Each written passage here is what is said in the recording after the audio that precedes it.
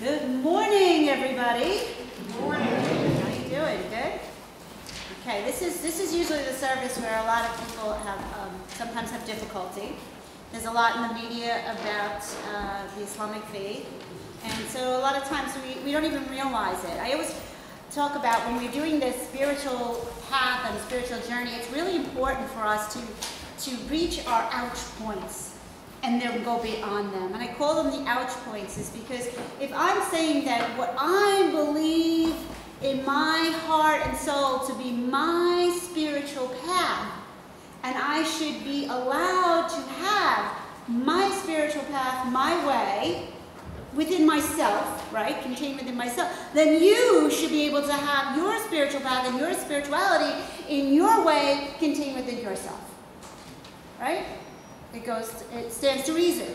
And I've always said this to my children. I've said that, and then the burden becomes upon me or upon those that want to have an open-mindedness to be more open, while as those who don't, that's not their choice. That's not their path. That's not a part of what they're doing.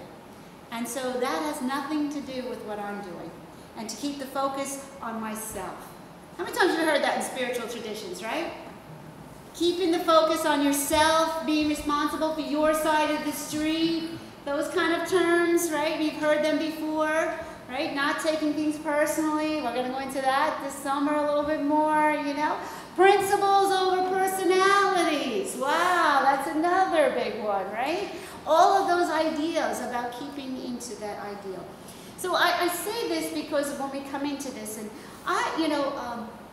the Islamic tradition is so beautiful, and there's so much devotion, and Islam means surrender. Surrender. It's this complete surrender. And how many times have we heard that, right? In our spirituality, in our spiritual traditions, and what we need to do. And to grow spiritually, you need to surrender. Right? We always hear that, and here we have this tradition, that's the name of it, is surrender, right? To surrender. So as a Muslim, is one who surrenders to that. And I love even just, that's why a lot of times we challenge you to say some of the terminology, the Nur Allah. Didn't that sound great in meditation at the end? Right? The Nur Allah, the light, the divine. Nur Allah. It's the breath. How do you know someone's alive? They're breathing. Right? So we have this breath of life, of light, that we allow to move in through us. Spirituality, interconnectedness, all there, all a part of this. So now in part of this, we're celebrating, we're coming into this. Now this holy month is one of the 5 pillars of Islam, is to celebrate the holy month of Ramadan. And that is 1 full month of fasting from sunrise to sunset for all adults and all those who are capable of doing so. If you have medical conditions and whatnot, you know, there's always, and it moves because it's on a lunar calendar. So this year it's going to be, it's starting next week, which is June 18 to July 18, so that's the month that will be. And it's a time of reflection, but also it's a time of not thinking about yourself. Imagine that, you know, stop eating all day and drinking, by the way, and not think of yourself. Right? The whole body's going, me, right? Screaming, you know, me, see more. So, you know, it's all coming back to that, but meanwhile, it's saying, look at it differently. Take another look at what's going on in the world. Take another look at what's going on within yourself and in our own belief systems. The idea is that if we are sustained by the love of the divine, if I am truly sustained by the love of the divine, then I need not worry about waiting till the sun goes down to feast, because that's another thing. You're still able to have that at sundown. While there are brothers and sisters starving today, right here and now. It's the year 2015, and human beings are dying of starvation. whoa. And you know, we get caught up in our dramas and our traumas and the things of our lives, and this is a fact that is happening. So proud of my son's girlfriend who sent some pictures on Facebook today that she's actually in Tanzania helping a tribe out in finding water for their crops because the droughts are happening and they're starving even more. More people are starving because of it. And to see that type of picture up on Facebook,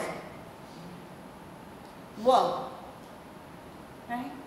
A reality check, a real life, put myself in there.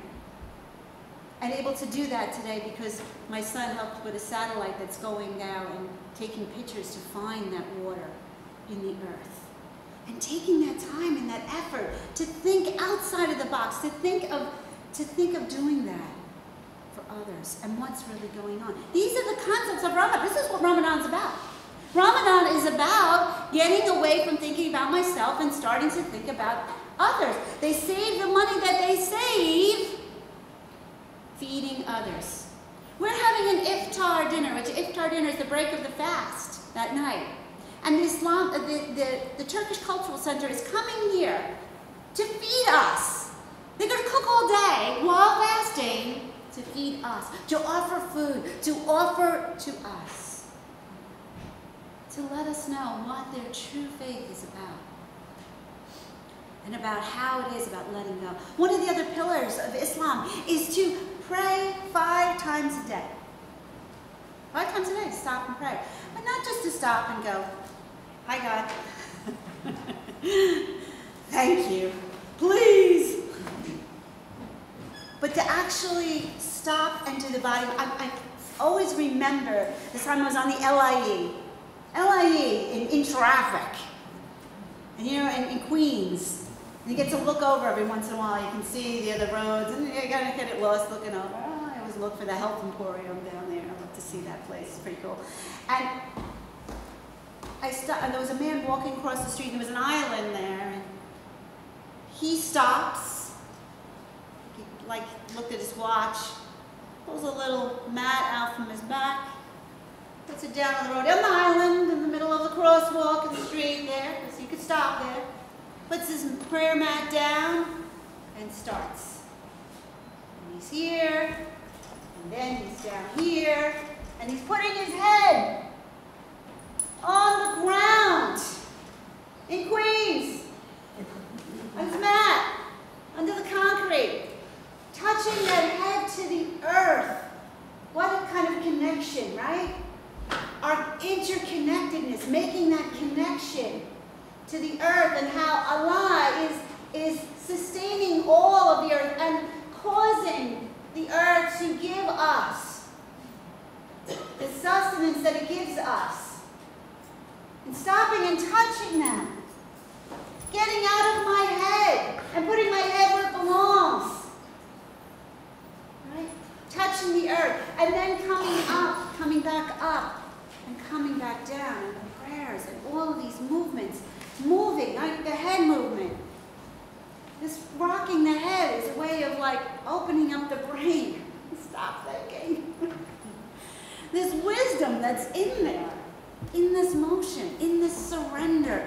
I am sustained by the love of God. I am sustained by the love of God. I am sustained by the love of God. So in that way, in our words of wisdom, we see this. We see the Quran saying, isn't he not closer than the vein in your neck? Right? Don't we say that there is nowhere that the divine cannot be? That includes with and inside and all around me. So that greatness and that wonder and allowing that love to wash over us and to be with us and having that reminder. And then that goes to our words there from the Course of Miracles where it's talking about how that love of God, that love of the divine, that love of Allah will be there for us. But the question is, who is the you that they're talking about? Because this body gets bumped around a lot. Right? This body has that birth and death thing going on, has that time. Tick-tock, right? But is that all we are? Is that the you that this is speaking to? It's a good question. You have to answer it for yourself. And think about it. Our book club book, The Untethered Soul, asks that question in a lot of deeper way, right? Goes into that. Who? To thine own self be true, but who's the who? Is it that crazy, frantic you, the nervous you, the anxious you? Is that peaceful, grounded, interconnected you? Who's the you that we identify with? Who is the you that is sustained by the love of the divine? Who's the you that needs to eat right now? All these questions, all these discoveries, all these things that are important to ponder. And one of the things we do here is ask questions. Ask more questions. Don't ever believe that you got the total answer. Even if you think what your belief system is for you, allow it to expand and to grow. I heard if you're not growing, you're dying. So don't let your spirituality die. Challenge it, grow with it, expand with it. The universe is expanding. It's moving out. It breathes. The earth breathes. Allah. Allah. You have to breathe to do that. Allah is great. God is great. We used to say that prayer, right? God is great. God is good. That Allah Akbar, right? That's that way of saying that in a beautiful, beautiful way. Beautiful way of pulling that all together. So trusting in that way that we are sustained by the love of God. How do you know that? How are you going to know that? What can you do to keep that memory alive with you? I'm putting the question out. Anybody have an answer? How are you going to just keep, no, Dave? By praying. By praying, okay. Anybody else? How do you want to act? By coming here. By coming here, okay. Staying in gratitude. Staying in gratitude. Meditation. Meditation. By serving others. Serving others. Staying out of my own way. Staying out of your own way, yes. Taking care of your garden. Yes, all these are ways of demonstrating and reconnecting it to that knowledge that I am sustained by the love of God. It is saying yes. It is saying I believe. It is saying that you trust in something beyond what is being seen. And holding to one's faith despite what's going on. How difficult do you think it is to be a Muslim today in the United States? How difficult? Very, very difficult. To wear head coverings, hijab, right? And just knowing that, you know, the yarmulkes, head covering, even that is hard. People discriminate. There's a lot that goes on. So reaching out to another, and that's why we said in our prayer of peace, Assalamu alaikum. Assalamu alaikum. It's a greeting. The love, the peace, salam, the peace of the divine be with you. And then the response is alaikum assalam, and also with you. Imagine that. And making sure you say that every time. Walk into a mosque and it's salam alaikum. Salam alaikum. Salam alaikum. Alaikum assalam. Everybody offering the peace, offering their peace. Right? It's a beautiful thing. And doing it outside, all around. Do we want the light of the God, the Nur Allah, the light of God? Then be the light of God. If you want the light of God in your life, then be the light of God in your life. Through your prayers, through your meditations, and most of all, through getting out of yourself and being there for another. Serve, serve, serve. And I know it's hard. Ramadan is also the month when the Holy Quran was revealed to Muhammad. Muhammad did not know how to read and write. The story is that up in the cave and where he was there shepherding, what happens is that the angel Gabriel appeared to him. And the angel Gabriel appeared to him and said that he is going to write this book, and I can't read or write. Do we sometimes have that idea, right? We get this idea that comes to us, an inspiration. What's the first thing we say? I can't.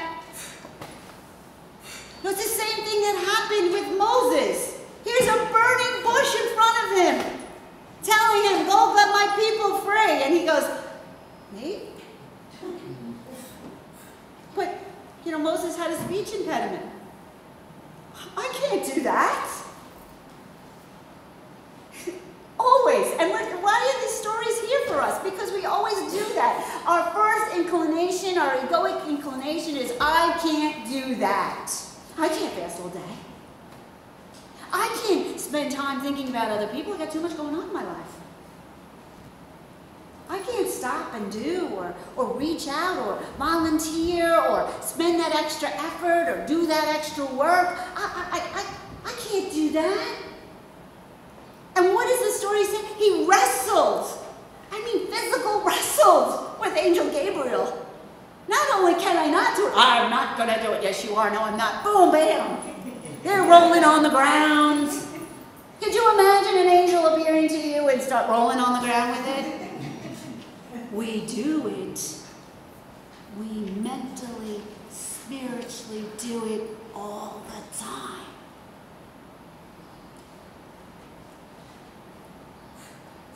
So this whole process is also a reminder that despite our resistance, despite our not wanting it done, despite our not wanting to be the one that does it, the old saying, God never gives you more than you can handle. And I love Mother Teresa's response, I wish he didn't trust me so much.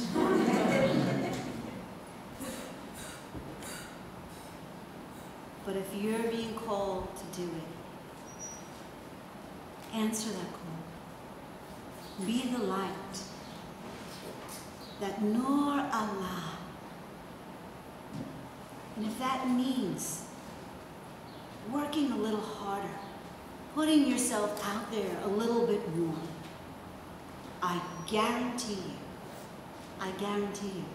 you that beautiful promise in our words of wisdom of how that love of the divine will protect you and be there for you in such an amazing way if you just turn to it.